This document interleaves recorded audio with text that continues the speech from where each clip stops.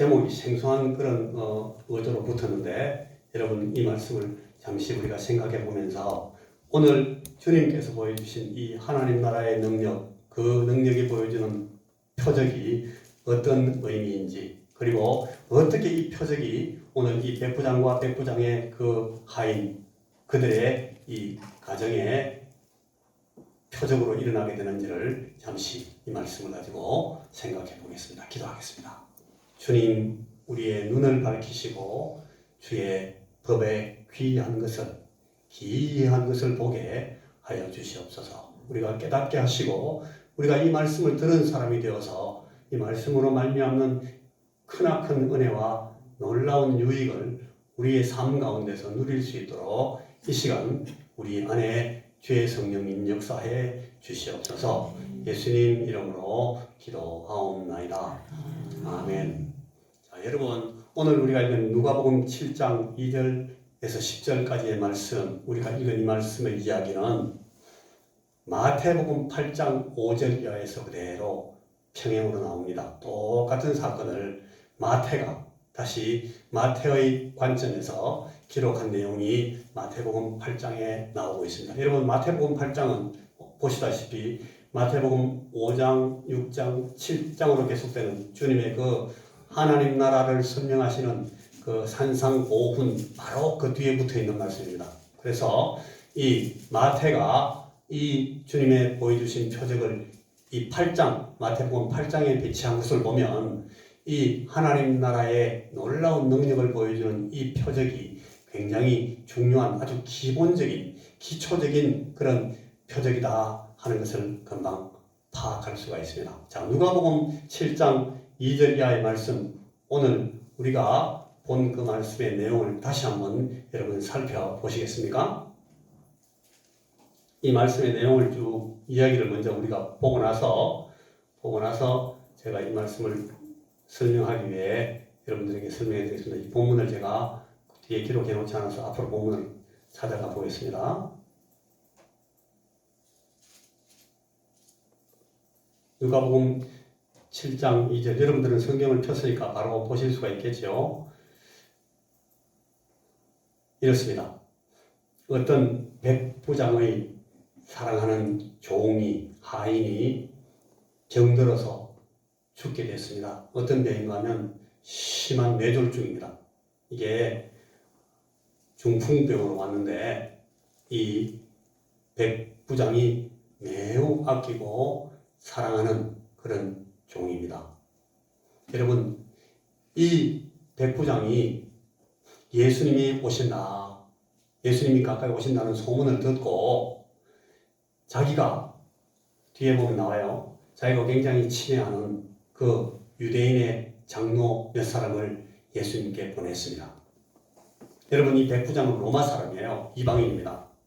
로마의 군인입니다. 그런데 이 로마 군인인 이 사람이 그 유대인들하고 관계가 굉장히 좋아요.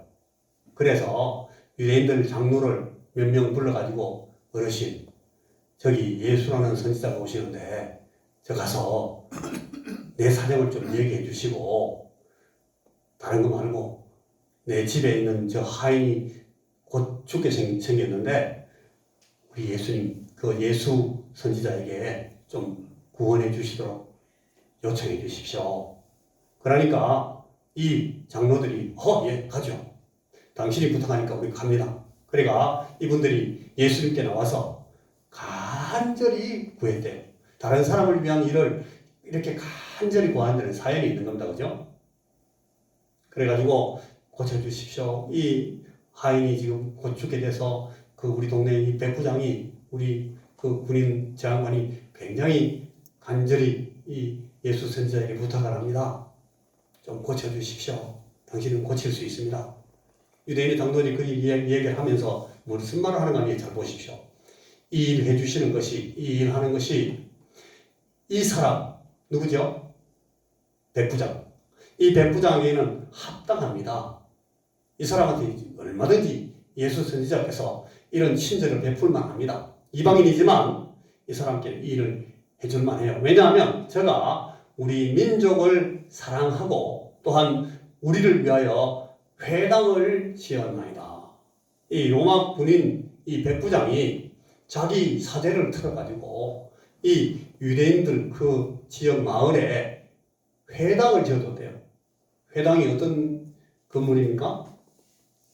일요일마다 그때 안식일마다 이 유대인들이 모여서 하나님 예배하고 회당 예배를 드리는, 율법을 읽어주고 그 자녀들에게 율법을 가르치기도 하고 성인들이 그 율법을 나누면서 하나님의 그 언약을 기억하고 자기들의 신앙을 세워나가는 그런 중요한 그 커뮤니티, 자기 공동체의 중요한 그 회당 중심이 되는 그 건물을 이 사람이 지어줬어요. 지어준 그 중요한 이유가 이 유대인들을 이해하고 유대인들을 사랑했다는 거예요. 이런 걸 가만히 보니까 와, 이 사람 괜찮은 사람인데, 이 유대인들이 그렇게 생각하고 있던 차에 지금 이 부탁을 하니까 이 장로님들, 이 동네 그 어른들이, 우리 동네 같으면 여기 배우은 어른이나 또 우리 정업 어른 이런 분들한테 이제 그 백부장이 부탁을 한 거예요. 이 어르신이 가가지고 예수님께 부탁, 이 사람에게는 이 일을 해주시는 것이 충분히 합당합니다. 로마 사람이지만 좀 해주십시오. 그래서 여러분 보십시오. 예수께서 함께 가실세 이 사람들이 예수님께 부탁하니까 예수님이 그 얘기를 듣고 갑시다. 예수님이 함께 가시는 거예요. 여러분, 우리가 하나님 앞에, 하나님 우리가 이런 문제가 있어서 하나님 앞에 나왔습니다. 하나님, 내가 하나님 앞에 이런 일로 간구합니다. 어떻게 좀 해주십시오. 그럴 때 예수님이 가자. 함께 가셔야 됩니다. 내가 갈게. 이렇게 하셔야 되지. 야, 너는 꼭 상황이 이렇게 돼야 내한테 와서 이렇게 얘기하지? 기다려봐. 이래 되면 곤란한 거죠. 그죠? 오늘 이 사람은 예수께서 함께 가자. 가십니다. 그래, 그 집이 멀지 아니하여 가까이 있어요. 예수님 거의 다가오셨다는 거예요. 생각해 보세요. 뭐 여기서 여기 웃다면밖에 안 되는 것 같아. 가까이. 우리 예수님이 많은 무리들을 이끌고 쭉 가시니까 백부장이 벗들을 보내어 가로되, 백부장이 사람을 이번엔 친구들을 보냈어요. 보내서 하시는 이 전달하는 말씀을 들어보세요. 주여, 수고하시지 마옵소서. 내 집에 들어오심을 나는 감당치 못하겠나이다. 그러므로 내가 주께 나아가기도 감당치 못할 줄을 알았나이다. 그래서 내가 우리 동네 그 유대인 어른들, 동네 장로들을 대신 보내지 않았습니까?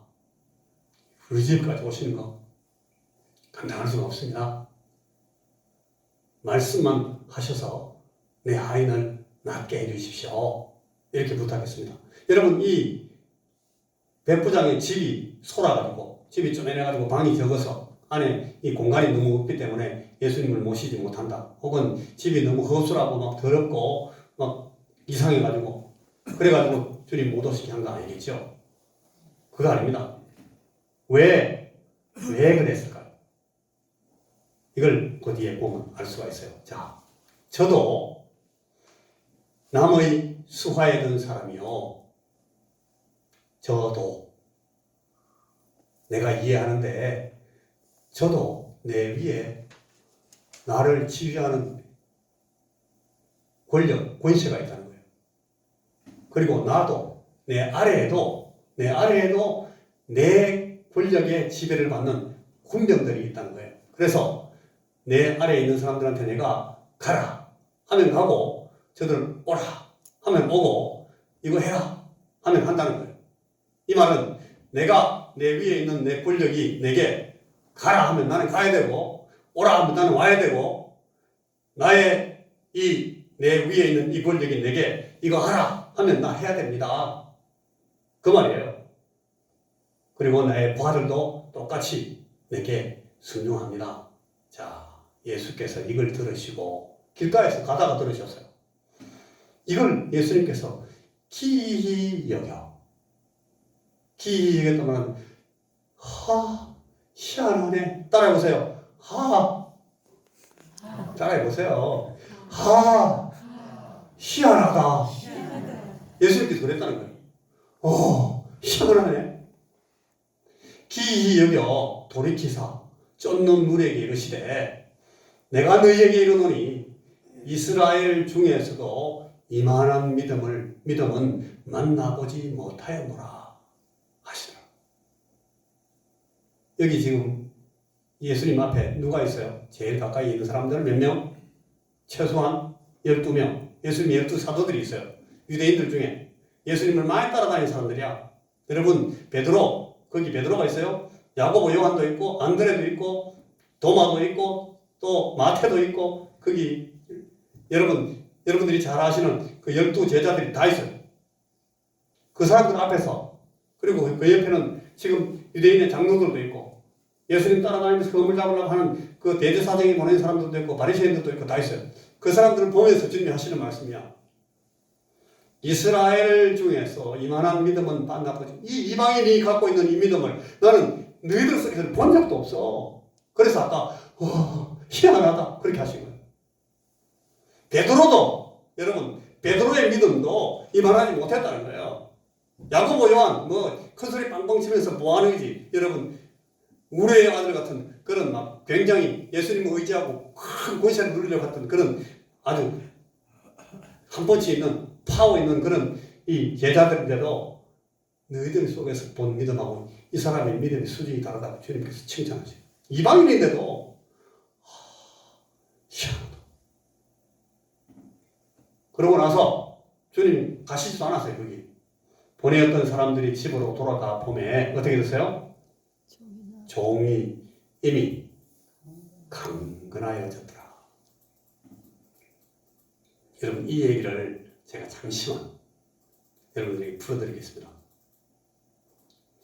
여러분 오늘 이 이야기가 우리에게 한 가지 굉장히 중요한 어떤 그 암시를 주고 있는데 우리가 믿는 믿음이 어떻게 우리의 삶에 실제가 되는지를 우리가 이 내용을 보면서 깨달아야 됩니다. 주님의 크신 권세와 능력이 우리의 구체적인 삶 속에서 어떻게 실제로 이루어지는지 중요한 그 과정이 여기 나타나 있습니다. 여러분 이 비유를 보면서 우리가 쉽게 그냥 예수님이 로마 백부장의 그 하인한 사람을 고치셔서 중풍병자 죽으려고 하던 중풍병자를 고쳐 낫게 하셨구나. 그걸로 끝나버리면 이거 아무것도 아니에요. 오늘 주님께서 가지신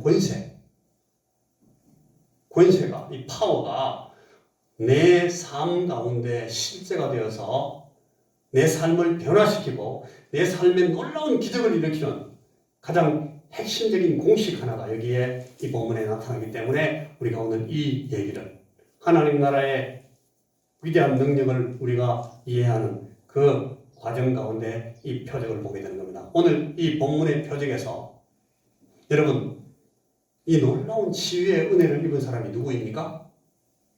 누가 고쳐졌습니까? 큰 소리로 정답을 아시면서 왜 대답을 안 하셔요? 제가 쉬운 거만 물어요. 어려우거나 문제 안 내. 여러분 누가 이 치유의 놀라운 은혜를 입었습니까? 백부장의 종이. 그런데 여러분 본문의 모든 이야기 그 중심에는 전혀 다른 사람이 서 있습니다. 이 이야기의 그 핵심이 된 주제는 누구입니까? 지금 백부장이 되어 있습니다. 이게 왜 이렇게 된단 말이에요? 이걸 보시는 것이 오늘 이 본문의 중요한 핵심 포인트입니다. 자, 여러분 이 백부장이 누군지 아십니까? 어떤 사람이 백부장이죠? 백부장. 예, 로마 군인 이 전투원 100명을 부하로 거느리고 있는 지휘관입니다. 그런 사람을 백부장이라고 해요. 100명이 부하로 있다는 거예요.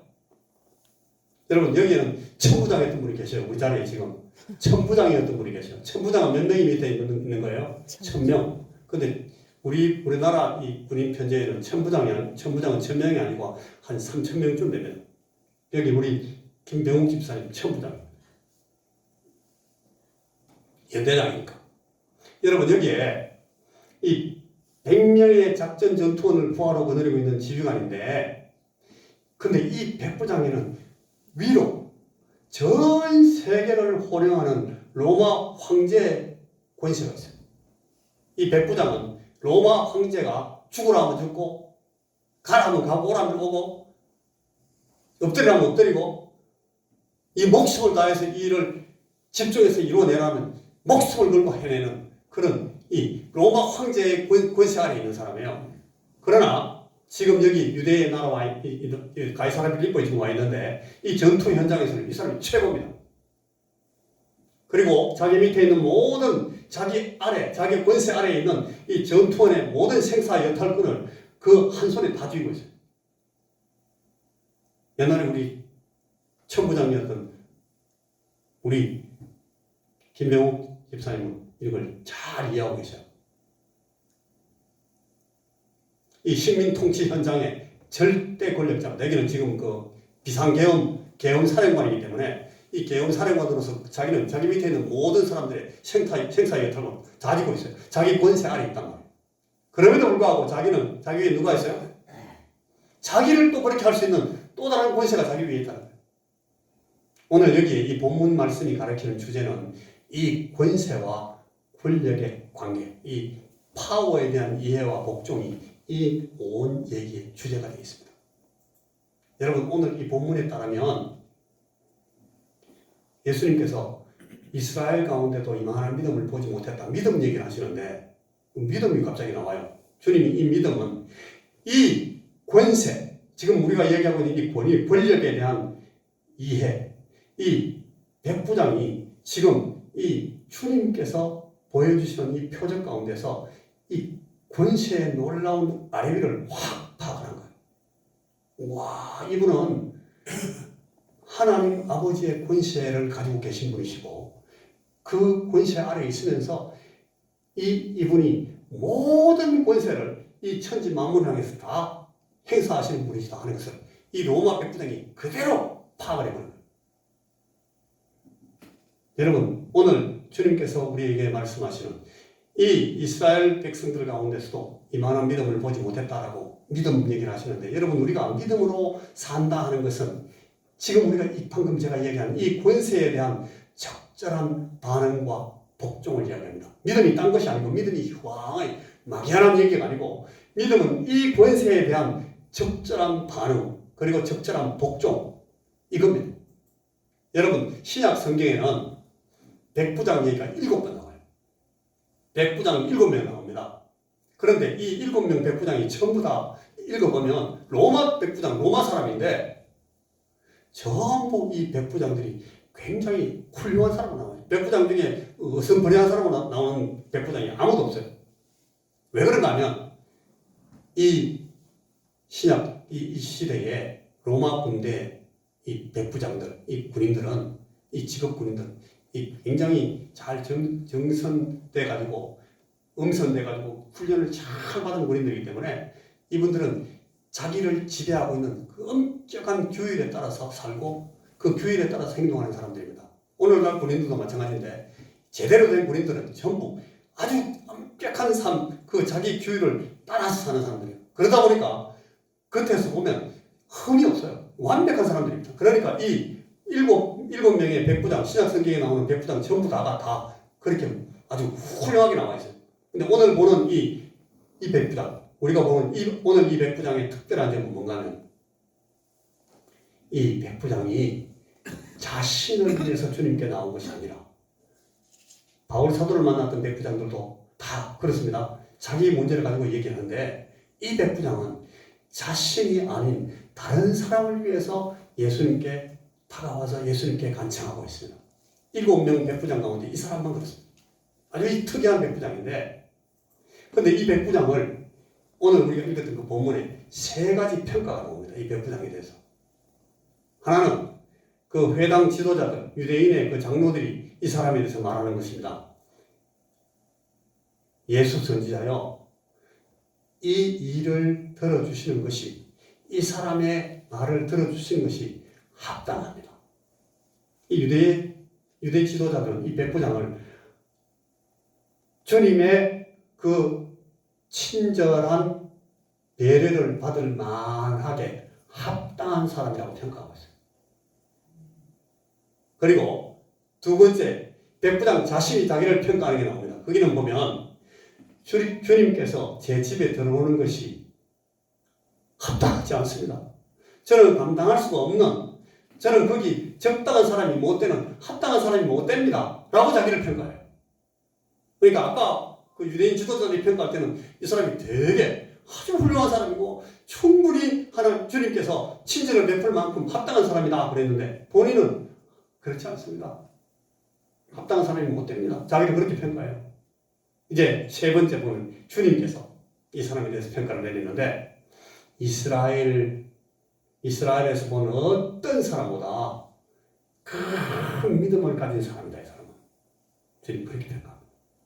여러분 이 세 가지 평가를 우리가 이 본문을 통해서 보면서 이 사람이 어떤 사람인가를 감당할 수가 있어요. 유대인들이 볼 때 이 사람이 어떤 사람인가, 자기 자신은 어떻게 생각하는 사람인가, 그리고 예수님이 이 사람에 대해서 어떻게 판정을 내리는가. 오늘 우리가 아침에 그리고 오후에도 이 말씀을 가지고 생각하고 수요일 날은 마태복음의 본문을 가지고 이 사람 얘기를 다시 해볼 텐데 여러분 오늘 읽었던 그 8절 말씀에 이 본문 전체를 설명하는 키가 들어있습니다. 내가 내 위의 권세에 철저히 복종하기 때문에 나는 내 임무를 수행할 수가 있습니다. 그러므로 제 수하의 모든 부하들은 나에게 철저히 복종합니다. 자기가 지금 군인으로서 백부장으로서 자기 위에 있는 권세에 대해서 자기가 철저히 복종하기 때문에 그러므로 자기의 모든 임무가 수행되고 있다라고 설명하면서 그래서 내 수하에 있는 모든 부하들도 내게 철저히 복종해야 됩니다. 내가 내 위에 있는 권세에 완전히 복종하기 때문에 내 부하들은 내 권세에 복종하지 않으면 안 됩니다. 그렇게 얘기합니다. 그러면서 이 복종 관계에서 예수님을 지금 바라보고 있어요. 그걸 보고 예수님께서 이 사람은 굉장히 지혜로운 사람이라고 파악한 거예요. 너무너무 똑똑한 사람으로 주님께서 이해하십니다. 이 백부장의 지혜로운 믿음, 여기에 나도 남의 수하에 든 사람입니다 할 때 그건 나도 영어로 보면 이게 확실해지는데 For I also am, 나는 역시 나도 set under the authority, 내가 어떤 권세 아래에 있습니다. 나도 권세 아래에 있기 때문에 내가 그 권세에 복종하니까 내가 이 권세에 복종하는 한 내 안에 있는 모든 나의 부하들도 내게 복종해야 됩니다. 그렇게 됩니다. 지금 주님이 지금 그런 관계 안에 있는 걸 내가 지금 보고 있습니다. 라고 지금 이 사람이 얘기하는 거예요. 당신께서도 저 높은 권세 아래 계시기 때문에 이 큰 권세를 행하시는 것 제가 보고 있습니다. 알고 있습니다. 그렇게 말했기 때문에 이 얘기를 듣고 예수님께서 이 이스라엘 가운데서도 이만한 희한하다 라고 말씀하세요. 여러분 이 사람은 주님께 권세가 있기 때문에 온갖 세력이 온 자연 천지 만물이 주께 복종한다는 것을 정확히 꿰뚫어 보고 있습니다. 그런데 이 권세가 그 주님에게서 시작해서 주님 손에서 팍 나오는 것이 아니라 주님이 자기를 보내신 당신에게 이 권한을 위임하신 분에게 철저히 순종하고 그분의 권세 아래 있기 때문에 이 일들이 그대로 이루어지고 있다는 것을 나도라고 설명하고 있는 거예요. 나도 내 위에 권세가 있어서 그 권세 아래 복종하니까 내 아래 있는 모든 나의 부하들이 내게 철저히 복종합니다. 가라면 가게 되고 오라면 오게 되고 이거 하라면 그게 이루어집니다. 그러면서 주님이 가지신 권세, 이 권력 관계의 핵심을 지금 이 사람이 설명하고 있는. 자, 예수님께서 말씀하시기를 하늘과 땅의 모든 권세를 내게 주셨습니다. 하늘과 땅의 모든 권세를 내게 주셨으니 너희는 가서 너희는 가라. 주님께서 너희는 가라라고 명할 수 있었던 것은 마태복음 27장 18절에 보면 하늘과 땅의 모든 권세를 내게 주셨기 때문에 내가 가라고 내 권세를 가지고 이 명령한다는 거예요. 예수님의 권세가 나타날 수 있었던 것은 언제나 예수께서 최고의 권력에 온전히 복종하셨기 때문이다. 언제나 주님은 하나님의 보호자를 의식하면서 자신과 그 보호자의 관계를 의식하면서 행동하시고 이 주님의 보호자를 의식하면서 말씀하십니다. 예수님께서 늘 말씀하십니다. 여러분 요한복음 5장 30절에 보면 내가 아무것도 스스로는 할 수 없노라 그러십니다. 요한복음 8장 26절에 보면 나를 보내신 이가 참되시네 내가 그에게 들은 그것을 세상에 말하노라 주님 그렇게 하십니다.